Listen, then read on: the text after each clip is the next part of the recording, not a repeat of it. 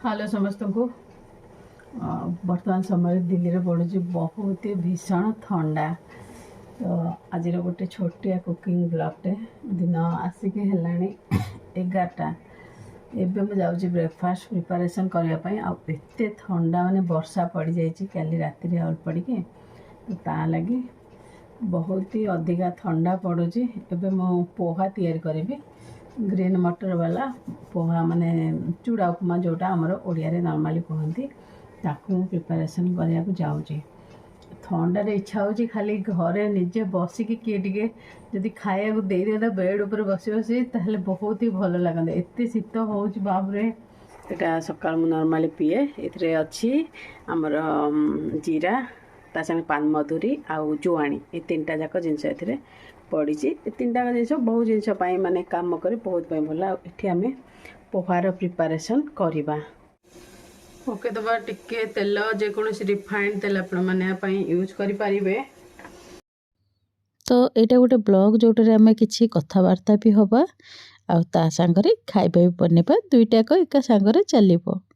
बादाम मंजीटा आग भाजदबा। आमर पिला दिने ये ब्रेकफास्ट सिस्टम एमती नथिला आउ चूड़ा उपमा तो बिल्कुल भी नथिला। मो कथारे बोध हुए बहुत जन एकमत हेबे कहीं आम नॉर्मली 10टा बेल को स्कूल जाऊ से बेलू भात तरकारी घर सब रेडी हो जाए थे आम ताकू खाई पीकी जाऊ। सोरसा टिके पकेदबा आ सकाळु जदि केबे केमती हल्का भोक लगे तो से दिन मुढ़ी चूड़ा सकाळु खाई दियो। नहले अति बेसी रे टिके सुजी पानी पानी वाला सुजी सेटा मिल जाए सकाळु खाइबा पई। जदि कोन स्पेशल बने आउ तो किछि ब्रेकफास्ट नॉर्मली बनेनी सकाळु भात खाई दियो।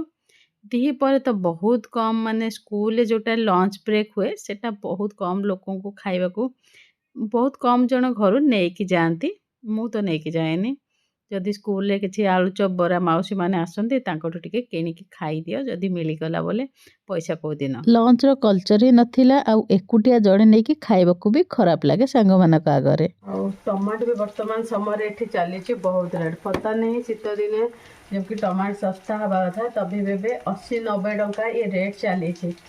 चलो छोटो टमाटर पकईदवा। तो स्कूल रे एमती भाव किछि खिया हुए नहले नाई नॉर्मली से 2 टंका मिले से बेले बरा 2टा कि आलुचप 2टा कि पियाज 2टा किनिकी खाई दियो। तापर घर को आसिले 4टा बेले सकाळु आमे जोटा खाइकी जाई थाउ सेटा पखाळ हेकी भातटा रखा है थाए तो दौड़े से भातटा खिया जाए। और गोटे छोट आलूटे काटिक पकेबा ये टोटाली ऑप्शनल मोर पिला मानक पसंद बोली मुझे पकाउछि। अदरवाइज मटर वाला जो पोहा बने से बिल्कुल भी आलू पड़ेनी। ये देखो मटर पड़ो ये मटर क्वांटिटी अधिका रही आलू पकई दबा आउ मटर आलू टमाटर को सीझिबा पई दबा। हल्दी पड़ो लुण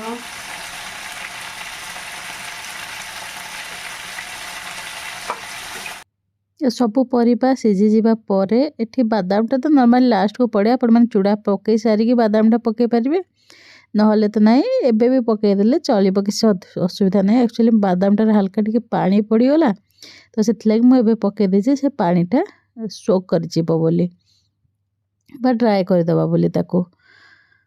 आउ एबे आमे मु चूड़ा को जदि आप मोटा चूड़ा अच्छे टे समय पूर्व भिजे रखते आउ ना जदि पतला वाला अच्छे सांगे सांगे छनी ताकू रखिकी पानी रे धोई देकी तापर पीवा वाला पानी आउ थे पकई दिंतु तो से सॉफ्ट हो चूड़ाटा। आउ एते ठंडा पागरे पोहा सांगरे चाहाटा बनवाटा तो सत चाहा बनवाटा ही थय तेणिकी मोटापा जिते बढ़ुची बढ़ू सुगार जिते बढ़ुची बढ़ू जहाँ होची हो जाओ। एबे टिके मुझे नॉर्मली शीत दिने गोलमरीच गुंड आउ अदा पकईकि चाटा बनाए टिके कड़ा लगिले सेटा बहुत भल लगे। चूड़ा को 5 मिनट बतुरेला परे ताकू छाणिकी रखी देथली 2 मिनिट पाई एबे ताकू ऐड कर देछि सब वेजिटेबल्स सांगरे आको 2 मिनिट चलेला परे पोहाटा हमर रेडी हे जिवो। आउ एबे जदि आमे पुराना कहानी पाखक फेरी दिबा तो से 4टा बेल को स्कूल आसिक जोटा खिया जाए सेटा को नॉर्मली दौड़ा कह जाए ମାନେ ଭାତ ପୁଣି ଥରେ ସେଇ ସେମ୍ ଜିନିଷଟାକୁ ଖିଆଯାଏ। ତ ସକାଳର ତରକାରୀ ବା ଭଜା ଯାହା ଥାଏ ତାରି ସାଙ୍ଗରେ ହିଁ ଖିଆଯାଏ।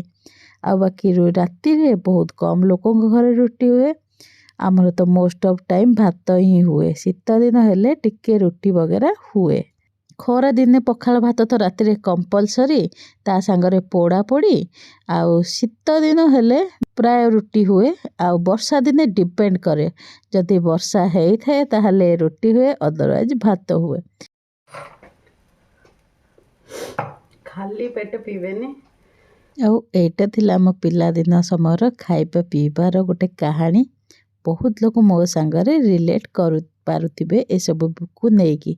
ଆଉ ଆପଣମାନଙ୍କୁ ଏଇଟା କେମିତି ଲାଗିଲା ମୋତେ କମେଣ୍ଟ ବକ୍ସରେ କମେଣ୍ଟ କରି ନିଶ୍ଚିନ୍ତ ଭାବେ ଜଣାଇବେ। ଆଜି ପାଇଁ ଭିଡ଼ିଓରେ ଏତିକି, ରହୁଛି। ନମସ୍କାର, ଜୟ ଜଗନ୍ନାଥ।